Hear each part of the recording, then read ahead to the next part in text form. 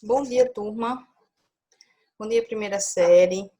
Hoje nós vamos continuar estudando a respeito do conhecimento inteligível, conhecimento sensível, mas dessa vez numa visão aristotélica. Então, a gente já viu um pouco sobre a visão do Platão a respeito desse conhecimento sensível e inteligível, e hoje nós vamos estudar um pouco sobre o pensamento do seu discípulo Aristóteles. Então, o tema de hoje é a organização do conhecimento e a abstração. Está na página 13 do livro de vocês e vocês podem acompanhar por ele. Então, antes nós vamos conhecer um pouco a respeito desse filósofo, Aristóteles. Ele foi nascido na cidade de Estágira, pertencente ao Império Macedônico, no ano de 384 a.C. Aristóteles foi considerado pela posterioridade o mais importante filósofo da Grécia, ao lado de Platão.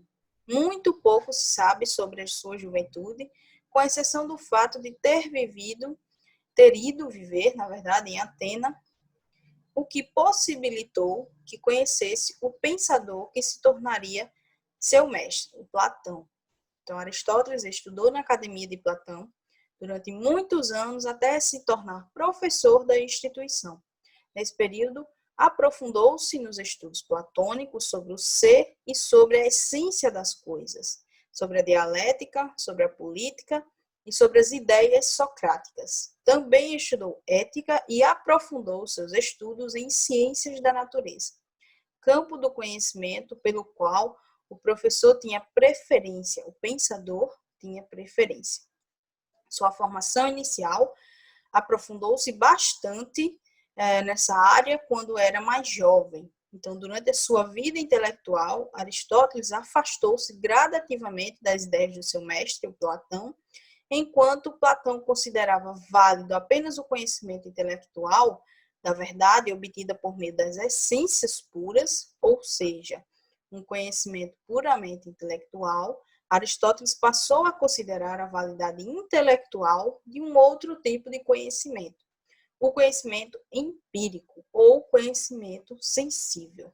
Então, nós já podemos perceber aí que, apesar dele ter sofrido uma forte influência de Platão no seu pensamento, por ter sido mestre dele, ter estudado na sua academia, mas vai chegar um momento em que Aristóteles vai divergir um pouco a respeito do pensamento em relação a Platão, em relação ao conhecimento. Então, ele vai seguir um outro caminho diferente daquilo que o Platão ele colocava, considerando o conhecimento empírico ou conhecimento sensível como um conhecimento também verdadeiro, um conhecimento válido. Então, esse é um ponto principal aí na discussão de hoje em relação ao Aristóteles e ao Platão.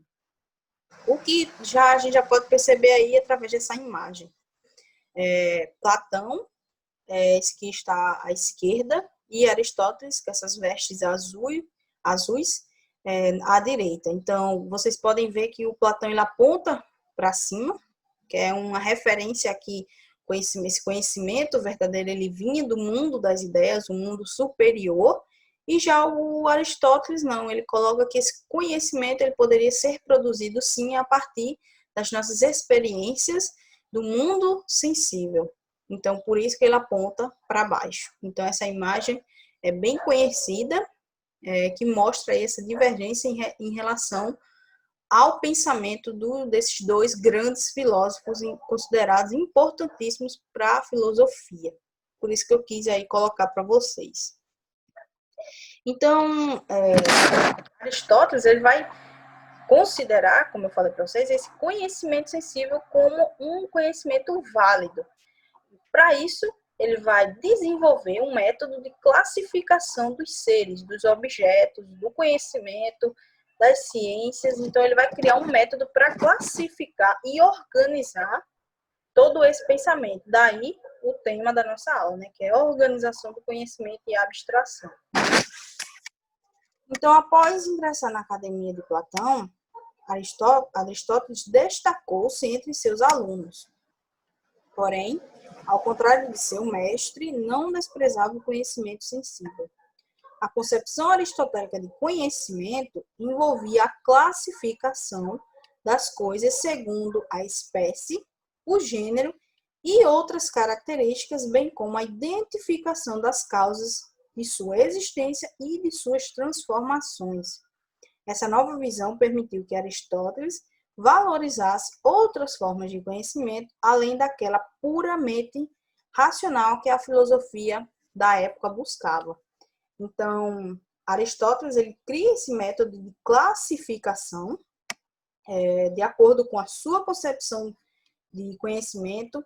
Essa produção do conhecimento envolvia aí esse método de classificação das coisas. A gente precisava antes entender, classificar essas coisas, fazer uma divisão para a gente chegar a esse conhecimento sensível.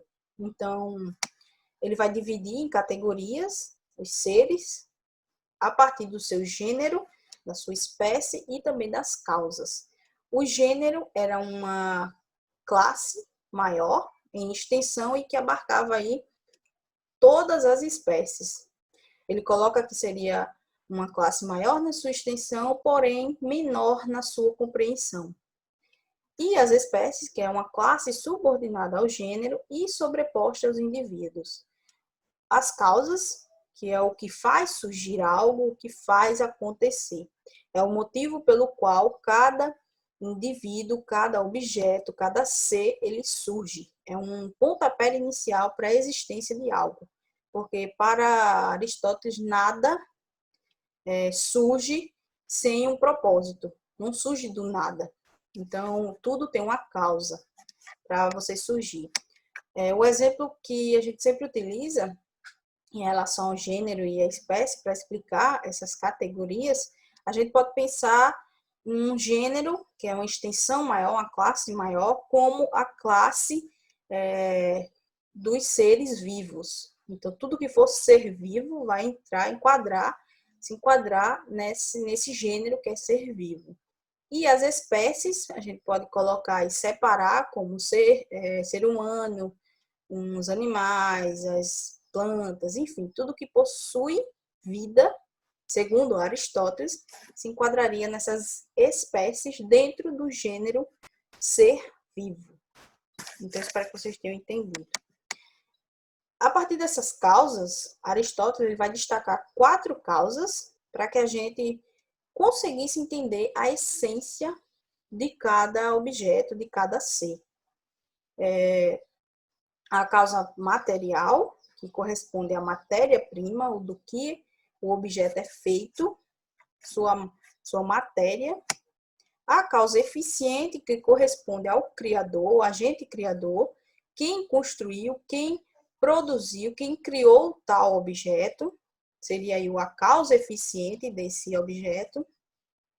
A causa formal corresponde ao formato que algo possui ou que ele é de fato.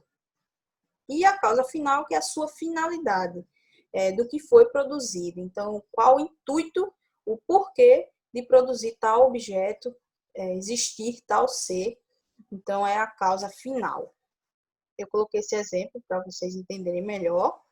É uma construção antiga, acredito que seja da Grécia Antiga, em que aparece aí a causa eficiente, que é essa pessoa que está lapidando a pedra, construindo esse edifício, esse monumento.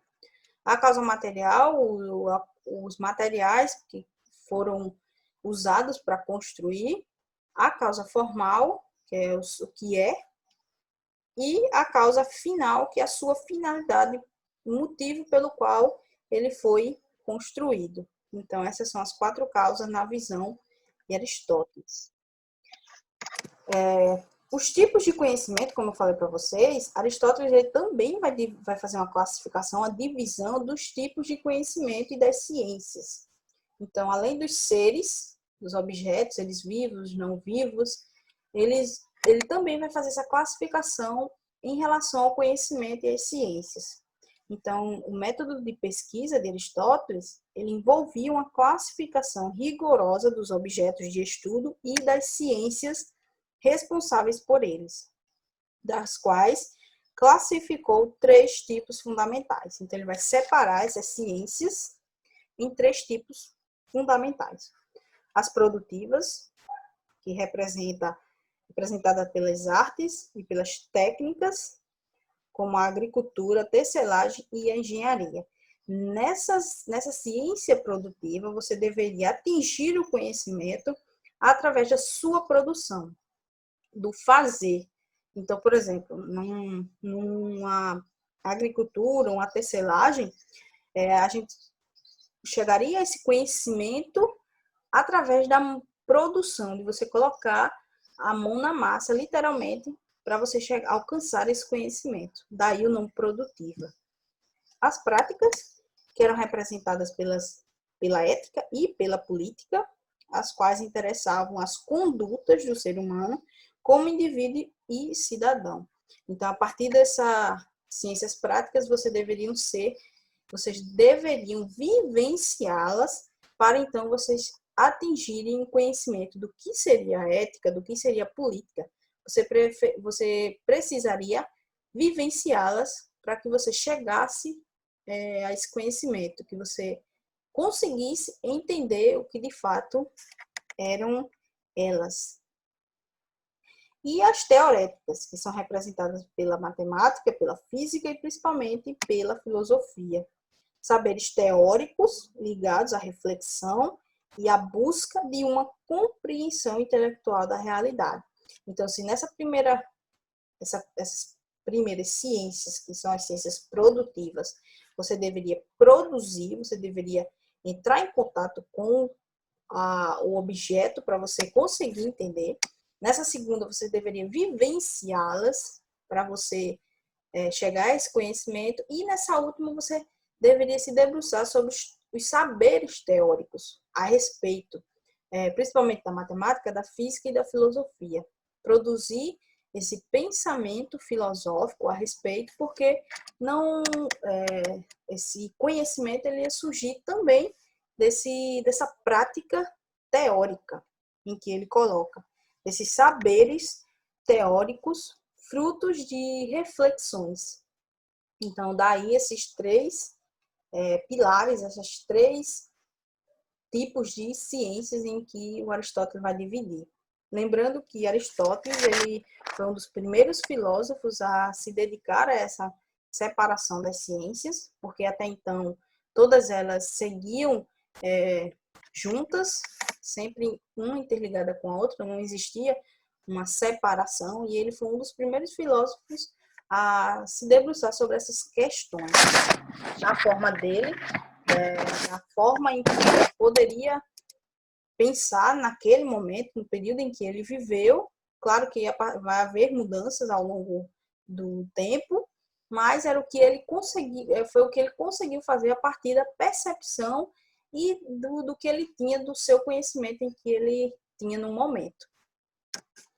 Então, passando aí para a página 14, ao contrário de Platão, Aristóteles não desprezou o valor do conhecimento sensível, mais do que isso, ele dedicou-se a investigar seus processos e objetos, os quais chamou de formas sensíveis. Então, enquanto Platão acreditava que tudo o que havia no mundo sensível era uma cópia imperfeita, o Aristóteles ele vai chamar esses objetos, esses seres, tudo o que havia no mundo, tudo que há no mundo sensível, de formas sensíveis. Então, para Aristóteles, cada um dos 5 sentidos, que é um dos principais responsáveis para a gente chegar a esse conhecimento sensível, despertar essas percepções em nós, que são os sentidos, poderia captar as formas sensíveis próprias. Então, como as cores, os sons e os odores, são formas sensíveis para Aristóteles que a gente só poderia captar a partir de cada sentido individualmente. O cheiro a partir do olfato, a cor a partir da visão. Então, são formas sensíveis que a gente só conseguiria captar a partir de sentidos individuais. Mas também vai existir aqueles sentidos próprios. Aliás, os sentidos comuns, que é capaz de formar formas, captar, na verdade, formas sensíveis comuns a todos esses sentidos. Então, ele dá o exemplo da quietude, do movimento ou da grandeza. Então, para Aristóteles, esses exemplos são formas sensíveis comuns a mais de um sentido. Então, a gente poderia perceber, utilizar mais de um sentido para chegar a essas formas sensíveis comuns. Então, que segundo ele, não seriam percebidos por um ou por outro sentido em particular. Então, sendo assim, ele considerava as sensações como marcas deixadas nos sentidos próprios e no sentido comum pelas formas sensíveis. Então, essas formas sensíveis despertariam, a partir desses sentidos, marcas que ficariam aí gravadas nos nossos sentidos. Então, a partir delas, ele coloca aí um caminho que a gente percorreria para chegar a uma nova fase do conhecimento, que aí sim seria o conhecimento inteligível. Então, para Aristóteles, a gente funciona da seguinte forma, para a gente conseguir formar, chegar à essência das coisas. Primeiro, na nossa cabeça, a gente conseguiria a fantasia, que seria a capacidade de construir as formas sensíveis. Então, esse é o primeiro passo. A gente consegue formar na nossa cabeça o que seriam essas formas sensíveis. Então, nesse segundo momento, que seria a memória, a gente consegue conservar essas imagens. Então, no primeiro momento, a gente produz as imagens, no segundo momento, a gente consegue guardar essas imagens, conservar na nossa mente. E o terceiro momento era a experiência, que é o resultado da acumulação de imagens sensíveis na memória. Então, era o momento em que a gente já havia acumulado diversas imagens, a gente utilizou a fantasia para criar, a gente utilizou a memória para guardar, e agora a gente vai utilizar essa experiência para chegar a esse conhecimento, o conhecimento inteligível. Então, por exemplo, existe uma cor, a gente consegue visualizar essa cor por meio do sentido da visão. Então, ao a gente observar essa cor, a gente cria uma imagem do que seria, por exemplo, a cor vermelha na nossa cabeça. A nossa memória é responsável por guardar essa imagem e a experiência, ela seria aí responsável por aplicar essa memória quando a gente visse, por exemplo, essa cor vermelha em um outro objeto, em um outro momento da nossa vida. Então, automaticamente, a partir dessa experiência que nós construímos, a gente conseguiria relacionar que aquela cor que nós estamos vendo naquele momento, que é a cor vermelha, a gente já tinha visto em um outro objeto, daí a gente sabia que se tratava, na verdade, da cor vermelha. Então, também considerava o Aristóteles a experiência a base para chegar a uma nova etapa do conhecimento, que seria o conhecimento inteligível. Então, vocês podem notar a diferença do Aristóteles para o Platão. Aristóteles ele vai considerar etapas do conhecimento. Então, existia esse conhecimento sensível, que é o que a gente está em contato a todo momento no mundo sensível, e vai existir o conhecimento inteligível. Então, já o Platão não.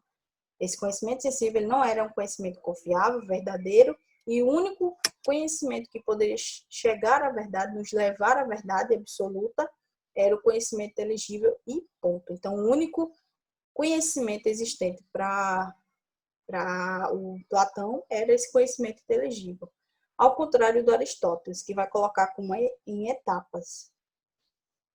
Então, nessa etapa, o intelecto ele poderia aprender as formas inteligíveis presentes nos diferentes objetos particulares.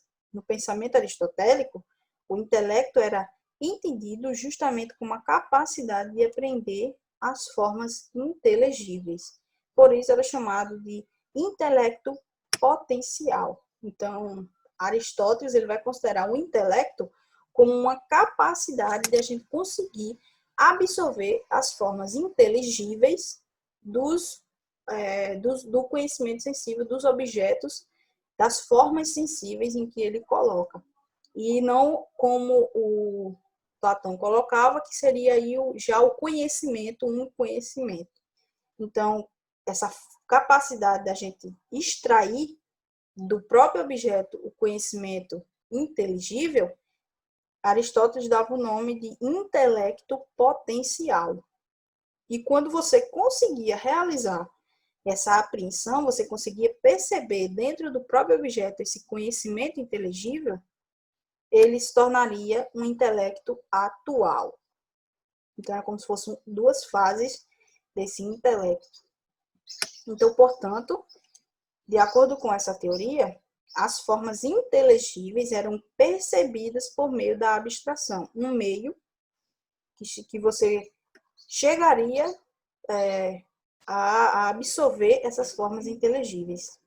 Então, era realizada pelo intelecto, a qual, por sua vez, consistia em extrair as formas inteligíveis dos próprios objetos sensíveis. Então, isso era a abstração para o Aristóteles. Era um meio, uma forma em que você utilizaria para conseguir extrair as formas inteligíveis dos próprios objetos sensíveis, porque para Aristóteles, essas formas inteligíveis elas não estavam separadas do objeto, como o Platão colocava, que o que existia aqui era uma cópia, e a forma pura, a ideia de qualquer coisa, de qualquer objeto, não estava aqui, estava no mundo superior, o mundo inteligível. Para Aristóteles, não, as duas vão estar juntas. Não tem como desassociar isso do objeto. Então,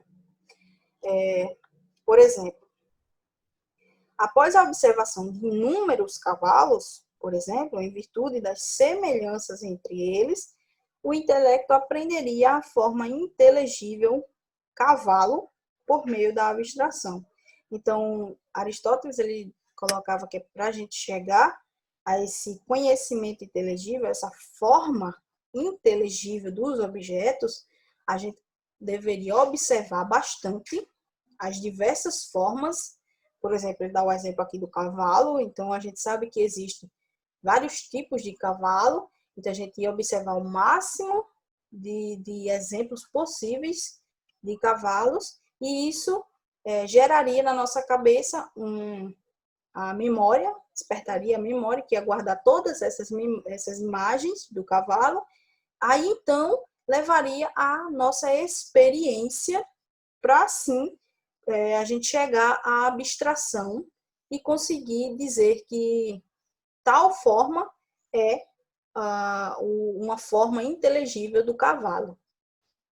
Então, da mesma forma, após a observação de inúmeros pássaros, mamíferos, peixes e insetos, aprenderia a forma inteligível de animal. Então, a gente via essa diversidade dos animais e aguardar na memória por meio, ia guardar na nossa mente por meio da memória, e a partir da experiência a gente chegaria à conclusão do que seria essa forma inteligível dos animais por meio de todas essas imagens que nós formamos na nossa mente.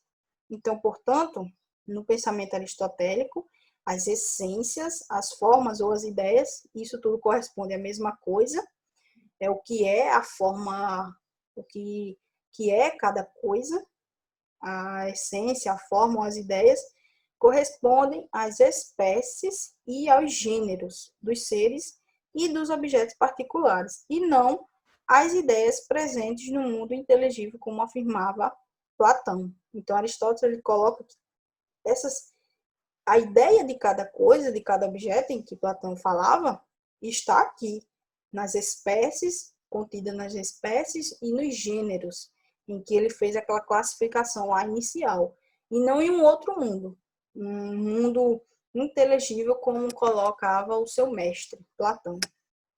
Então, nesse sentido, para Aristóteles, o conhecimento seria, então, resultado da experiência e da abstração, ou seja, com base nas sensações geradas nos sentidos pelas formas sensíveis, o intelecto poderia realizar a abstração e, desse modo, alcançar as formas inteligíveis, ou seja, a essência ou a ideia de cada objeto.